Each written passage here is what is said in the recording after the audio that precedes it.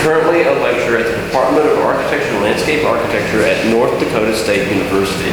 He holds a master's degree in landscape architecture from the University of Toronto, where he received the 2002 University of Toronto Architectural Program Award, a scholarship from the Department of Architecture, Landscape and Design, University of Toronto. He was like an outstanding student in 2002. He also honored to receive the prestigious American Society of Landscape Architects 2006 Research Award for his study that built environment affordedness in older adults, social transactions, public life, and public health. A link between, okay. It's approach demonstrating a link between the built environment affordances in older adults, social transactions, public life, and public health. Prior to going to the doctoral program, he had been working in professional fields of landscape architecture and urban design and planning, and a landscape designer, urban designer and planner, project designer at NAK Design Group and Marius Owens Associates in Toronto, Canada, and at Urban Arena in Newport Beach, California. Mehran has also published different articles in the Urban Land Institute, Landscape Architecture Magazine, research book of the Danish Design School, Common Ground Publishing, and Environmental Design Research Association.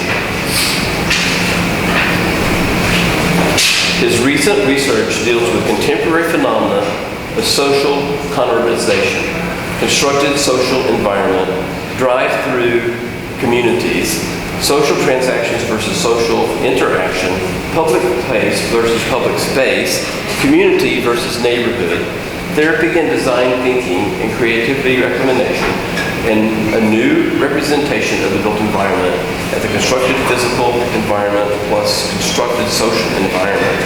So I was a little rough with that. He is a member of the American Society of Landscape Architects.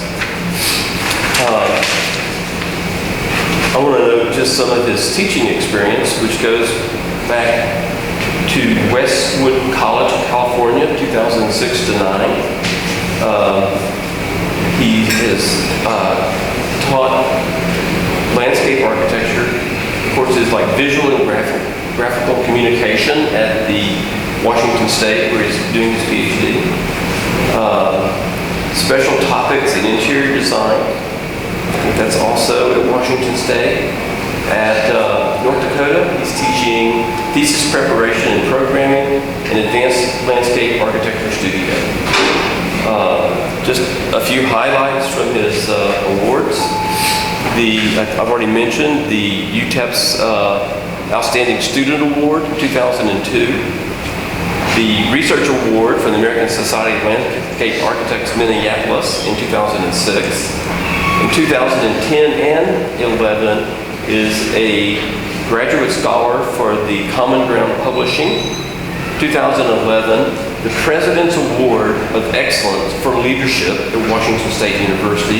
In 2012, the Chancellor's Award for Student Achievement, recognizing outstanding students each academic year at Washington State University. So those are the highlights. I hope you'll look at his entire vita. It's on the 6th floor. And well, I wish I'd been better at that, but you can speak well for yourself. Thank you.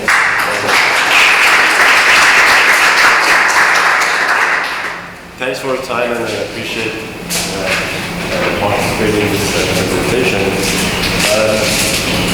First, I should also thank the Fairchild Group that provided me this opportunity to share some of my thoughts and also about the students' activities.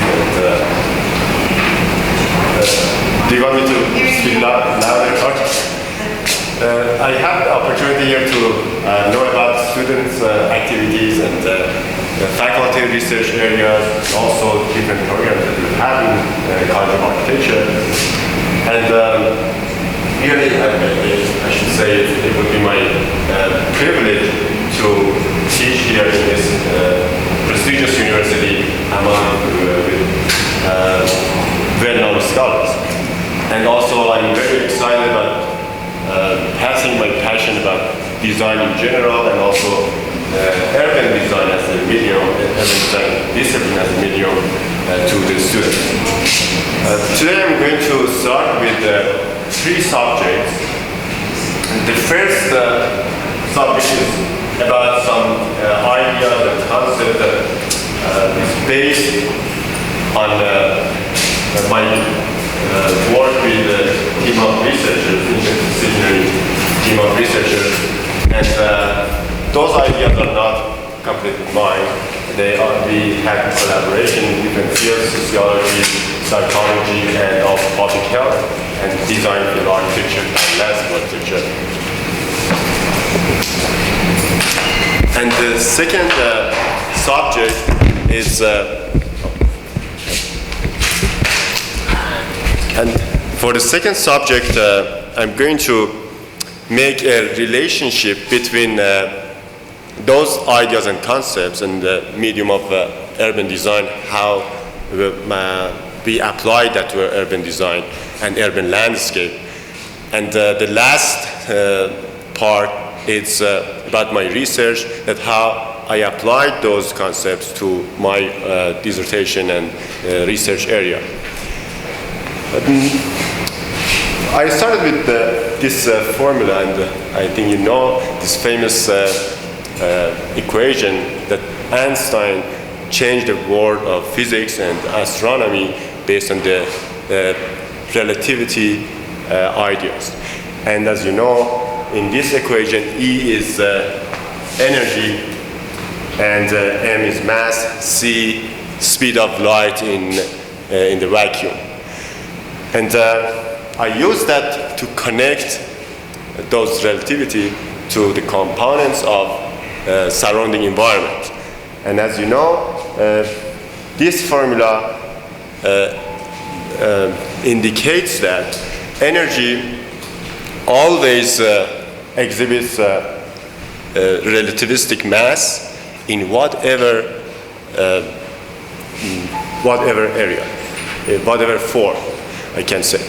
And I came to the idea of applying those relativity between our built environment and components of surrounding environment. And if in this formula, I want to display environment or surrounding environment is emergence of physical environment and its interaction with social environment, how social factors are involved with our built environment.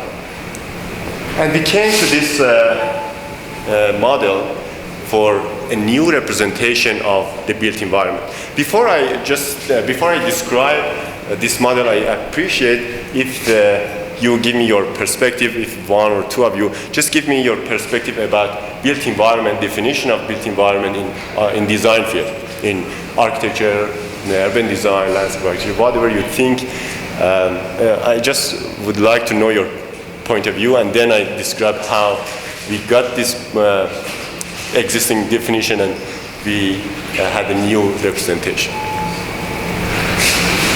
Could you just... So your question is about the definition of the built environment as we accept it in design field now. Or if I can give the existing definition, if you agree with me, then we can move to the representation of them.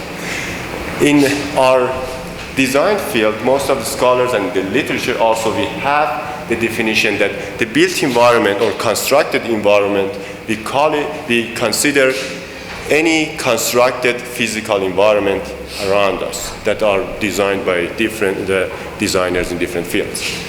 But it's interesting that when we worked with some other scholars in sociology and psychology, we got to the point that something is missing, and we added some other observations, and as we are not bringing up a new theory, but we are representing the existing theory of the built environment. We are saying if our surrounding environment as a big umbrella is included with physical environment and social environment. And for physical environment, we have natural physical environment. We consider natural physical environment and constructed physical environment, even though we don't have purely natural physical environment. For instance, if we have a river next to our city or we have mountains, human beings have changed those pure natural elements by building a bridge on the river, changing the direction, or making a trail in the mountain. The same thing, we consider the same subcategories for social environment. And sociologists, they supported this idea that if we are considering social environment as a subcategory of surrounding environment, we consider the same subcategories of natural social environment and constructed social environment. And how we got to the point, because we were dealing with vulnerable groups of people like older adults. We considered those institutions, the social environment inside the assisted living facilities or nursing homes, as artificial or constructed social environment in compared with natural social environment in our communities, in our cities. That, for instance, in an assisted living facility, we have older adults, 65 and over. So we put them by purpose in that institution and making just an artificial society, even though in our community, maybe we have one culture dominant or one race dominant, and we don't have pure social environment, but we have different groups of ages, we have different cultures, we have different races. So some scholars in sociology, they said, we consider everything in sociology constructed social environment. We said, oh, that's also better for our representation. So we came with this idea that built environment, constructed environment should be constructed physical environment plus constructed social environment. And why we came to that idea? Because we wanted to represent the fourth dimension of social factors to our three-dimensional design. If we have 2D drawings, 2D design, and we are giving that a third dimension and make a volume of that to represent it to our clients, our audience, we consider the fourth dimension as social factors, and we call that, and already in the literature also we found the support, invitation quality versus demand quality. And we came to this idea that if we are in analyzing the interactions between people and their environments, we are considering two qualities. If demand quality is based on the functional aspects of our physical settings, and it's based on self-motivated actions and providing just a comfort use for people using those physical settings, we came to this idea that invitation quality meets some qualities that they are first, they are enabling the outdoor public activities and also reinforcing the social engagement, and also they are enhancing the social interaction, social transaction. And it's interesting that I give you an analogy later about the difference between social interaction and social transaction. But how this idea of invitation quality is defining the place versus space.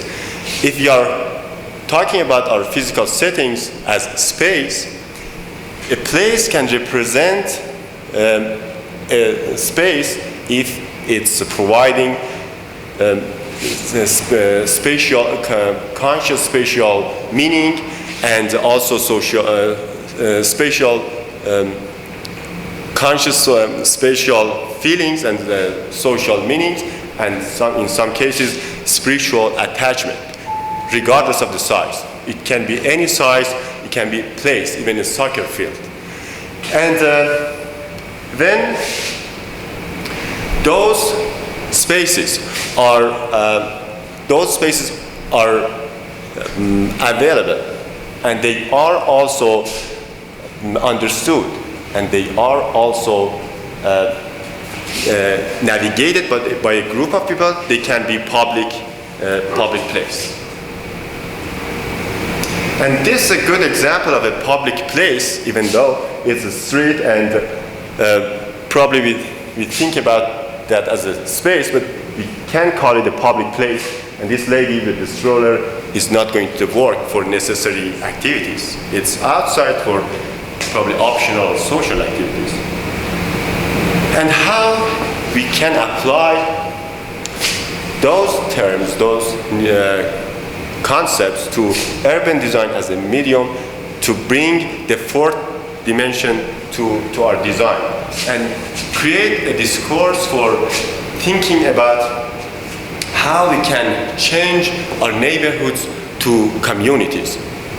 Some scholars are using the distance, geographical distance or spatial distance, defining neighborhoods and differentiate neighborhoods and communities, but we got to the point with the support of the literature that it's more acceptable for this concept to consider difference between neighborhood and community based on the definition of space and place. So if we can provide space and place and public places in the neighborhood, and regardless of those boundaries that the official geographic measures or boundaries that we have for neighborhood, we can create a community versus neighborhood. And for different layers that if we start with geographical location and spatial geography, even to the spatial distance, if we consider those measures for recognizing our physical setting, still we are in the neighborhood level. And when we are adding the social distance and we consider the community as what people can perceive that in, regardless of those boundaries, we can call it neighborhood. And the term social transaction, we came to this definition that when we are going in a higher level of social interaction in the community, we can create social transaction. I give you an analogy that I think makes this definition more clear. With the discussion with our team, we come to the point that, for instance, if you are going to use ATM machine, you are using your debit card or your credit card. For instance, if you are using your debit card, when the machine is asking you the PIN number, you are entering the PIN number, you are interacting with the machine is recognizing you, and it gives you different options. Withdraw, deposit, different things that you can now go to the second level of engagement with the machine. It's interesting that so far we call it interaction. Once you select one of those options and go through deposit or withdraw money, whatever, that's the stage of transaction. And we call it transaction in the definition of bank in accounting. It's interesting that we consider that also in the community for social activities. If we are, I'm walking in a crowded street, crowded sidewalk, shoulder to shoulder with other people, and I have the image for that to show. In this stage, we consider it social interaction because still we don't see any communication and upper level of social activity or social transaction. But it's interesting that, for instance, in this image, we have social transaction. People are communicating with each other, and this level is helping a neighborhood to convert to a community. And I applied those ideas about, especially for invitation quality of the built environment to my research, and my research topic was evaluating the impact of urban form on outdoor public activities of older adults residing in assisted living facilities. And I focused just on those residents inside assisted living facilities. And the reason for focusing on that group of people was some trends that first, I think you know, I'm not going to just describe it and overwhelm you. Just one trend, fast-growing population of older adults. The second one, very rapid change in the family structure. And the third one, moving assisted living facilities, very fast-growing assisted living facilities in suburb area. And also, if we are following those trends in the near future, older adults don't have that much opportunity to live in core urban area. They are alienated in those suburbs. So I applied those ideas for different layers of environments that are involved in my research, and especially for built environment and invitation quality of built environment, and how it's influencing the outdoor public activities of older adults residing in assisted living facilities. And then my research design was based on first the questions of how invitation quality of the built environment can enhance outdoor public activities of older adults, and what kind of urban form can accommodate those public activities. So I came with the hypothesis that first, the invitation quality of the built environment is different in different urban forms. And higher invitation quality in one urban form can enhance older adults' public activities. And core urban area with higher invitation quality can enhance older adults' outdoor activities residing in assisted living facilities. And by analyzing my data based on the statistical analysis, I get to the point that for invitation quality, I had some measures like safety, attractiveness, friendliness, and efficiency in site. For instance, in one of my sites, site A, that it was in core urban area, I had higher safety measure, and also attractiveness was almost the same, friendliness was higher, and efficiency was higher. And also for outdoor users, I had more outdoor users in core urban area, and the number of women going outside, the duration of the activities, they were higher in core urban area. For men also the same, and activities such as sitting, standing, walking, and the ride scooters, they were also higher. And for different mobility aids also, I found using wheelchairs inside a higher, walker, scooter, and just walking without any device. And I think the outcome of the research was more about invitation quality of the built environment and how it can enhance the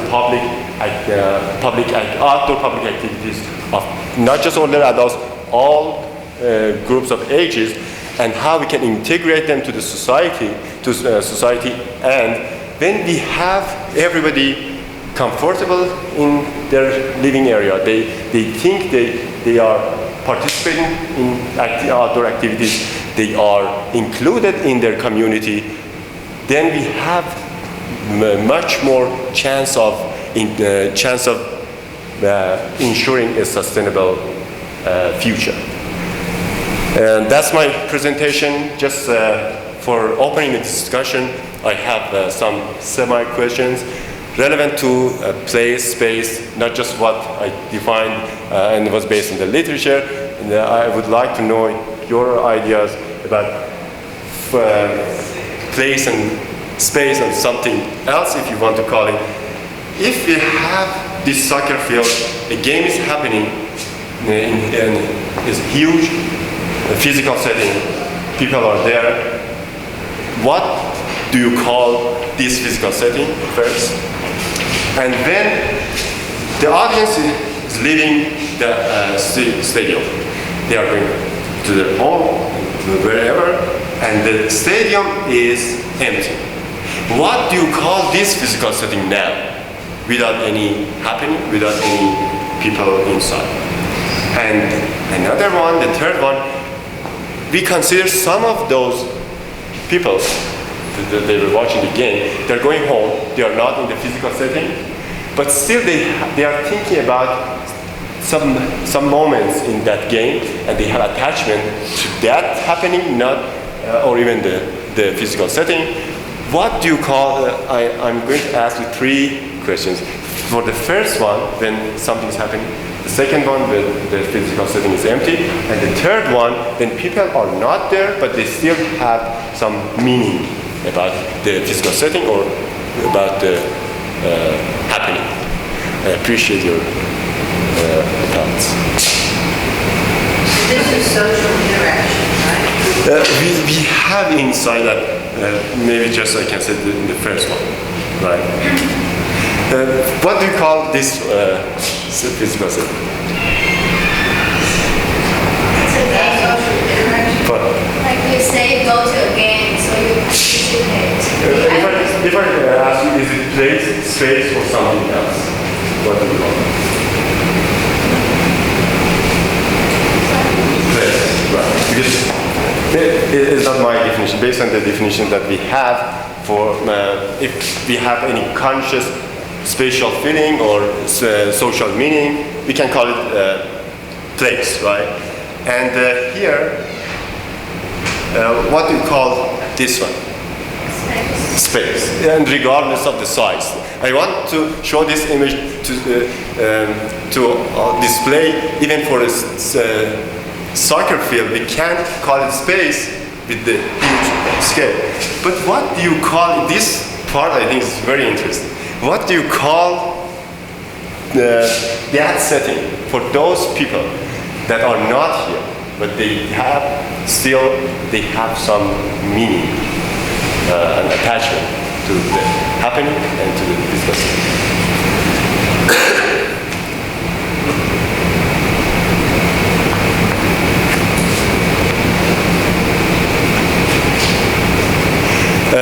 It's just my interpretation from the literature.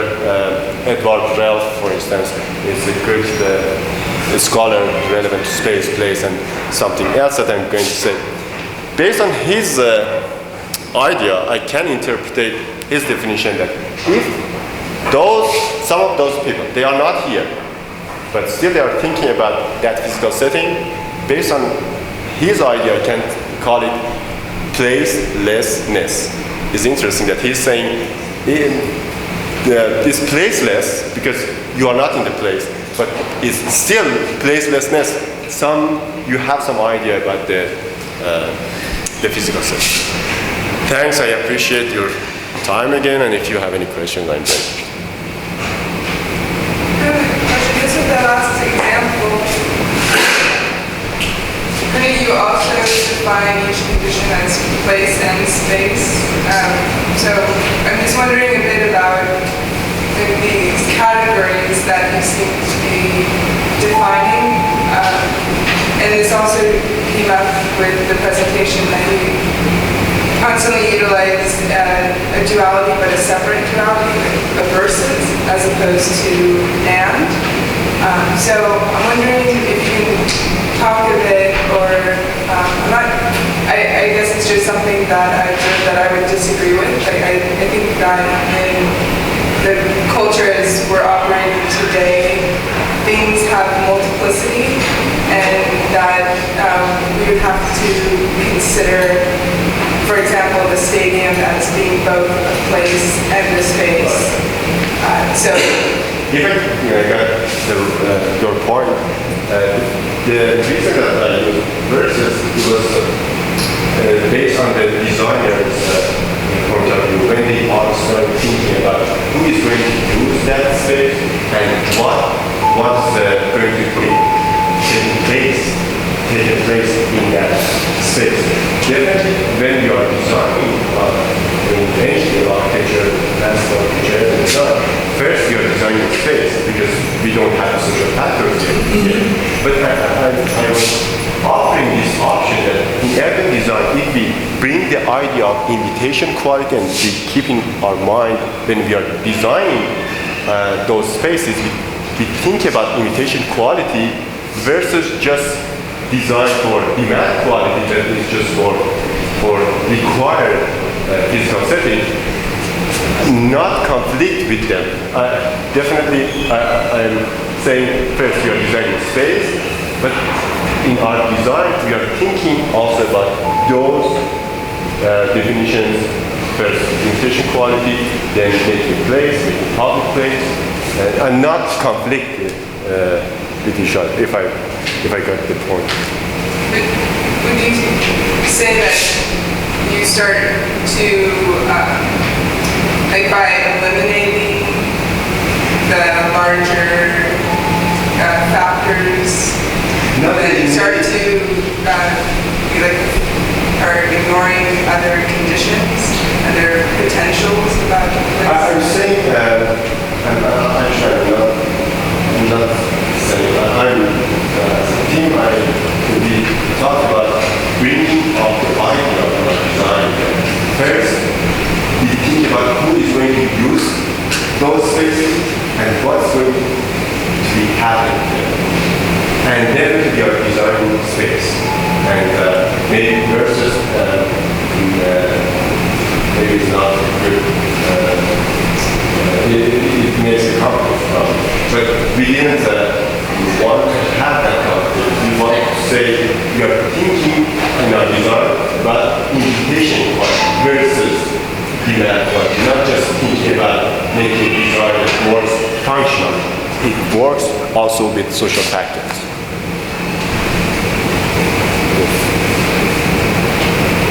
Yes. I have a question, a little bit of a different tack perhaps. I'd be curious to hear you describe or define your design ethos or ethics, particularly in general, but also particularly related to urban design.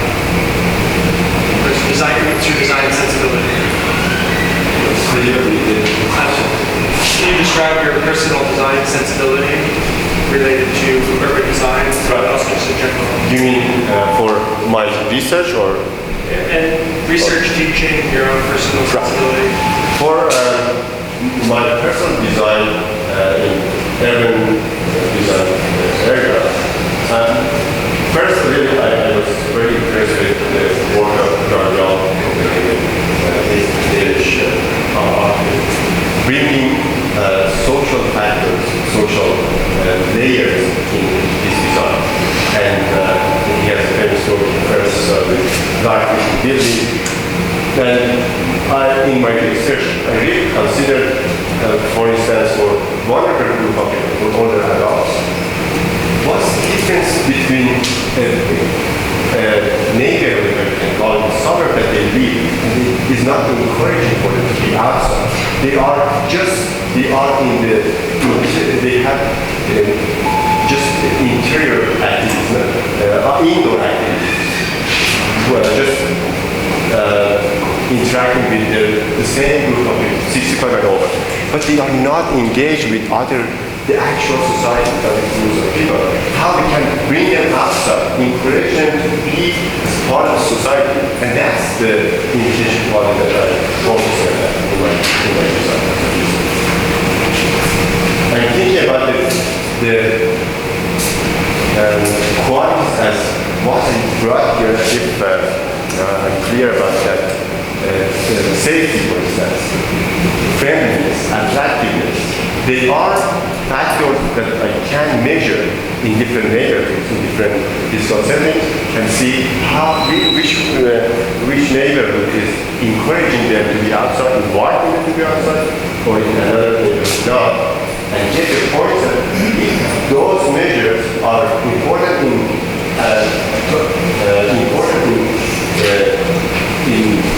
equality and social factors, then I can use those measures and those factors in my design for the future healthy communities.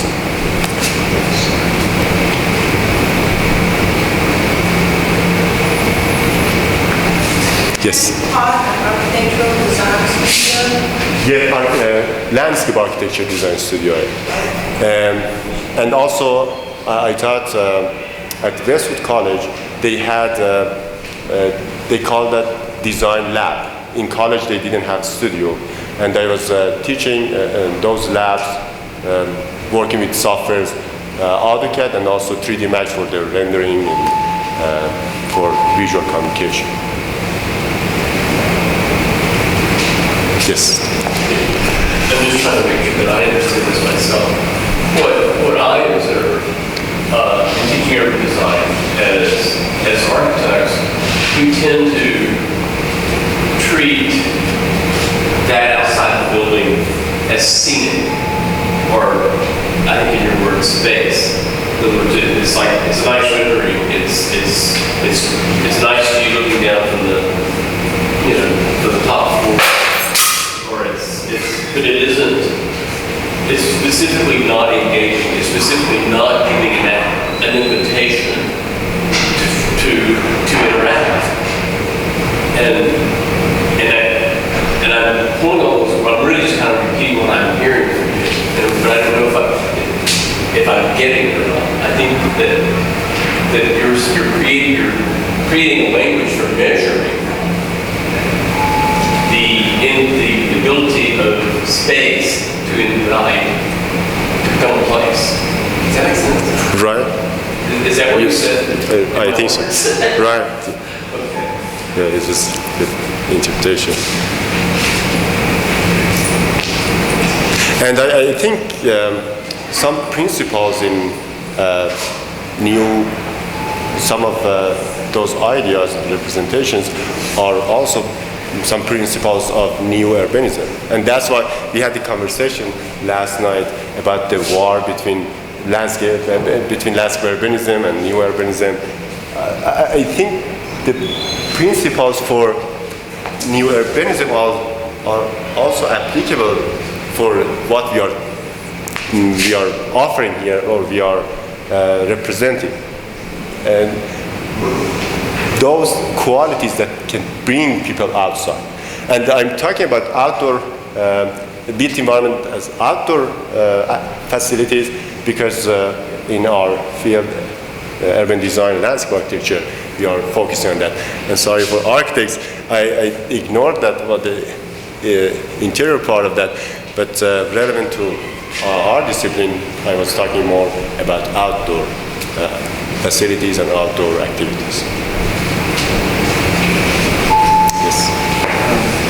So, where would you, if you came to Lubbock and you were leading urban design studios and you were a part of the urban design community, where would you be pushing this school in general? Like, what would be your ultimate goal for where you see Texas Tech in terms of urbanism and how it treats it? I think the great opportunity that I'm seeing here in this program is the future for integrating different disciplines and working, and you already have that. But I'm thinking about connecting urban design to public health, and for different research grants, to sociology, to psychology. And there are lots of opportunities in terms of funding. In design, it's really hard to find some research grants. But if you connect it and then you make a relationship with different fields, especially public health, you can play a good role in public health as designers. And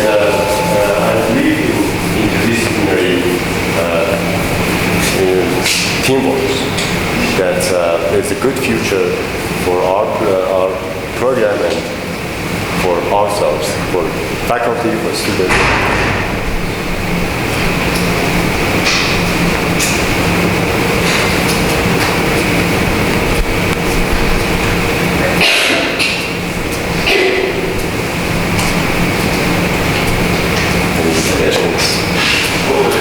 I'm also interested in how would you teach a studio? Where would you start? And like what kind of, with integrations, kind of goal, what would you imagine as an end product of studio? And maybe the process would be, and since we have time, I guess, I'd be interested in seeing what your thoughts were on how a studio would begin and how it would progress and how you would integrate these things. I can also share from experience now and teaching as a study course that is community design. And we started with a local city project at the city center in North Dakota that we are bringing the ideas for circulation of first horizontal circulation, vertical, based on different infrastructure, automobile, pedestrian, biking. And we have some discussion, these connections between the side and the downtown design. We are working on social factors of that side that is missing, and how the physical factors created that this connection. How this connection and spatial distances created that social distance. How the site is disconnected based on the error pattern, disconnection error pattern, and that problem, that issue impacted the social factor also. The site is known as that. Even the city center is there, but the area, the open space is not used as it can be. So, answering your question, I can say, starting urban design studios, I think first I'm looking for local issues, local sites that we can accommodate those ideas we have in urban design, urban discipline, then maybe bigger scale, regional, different areas. Thank you. Thank you.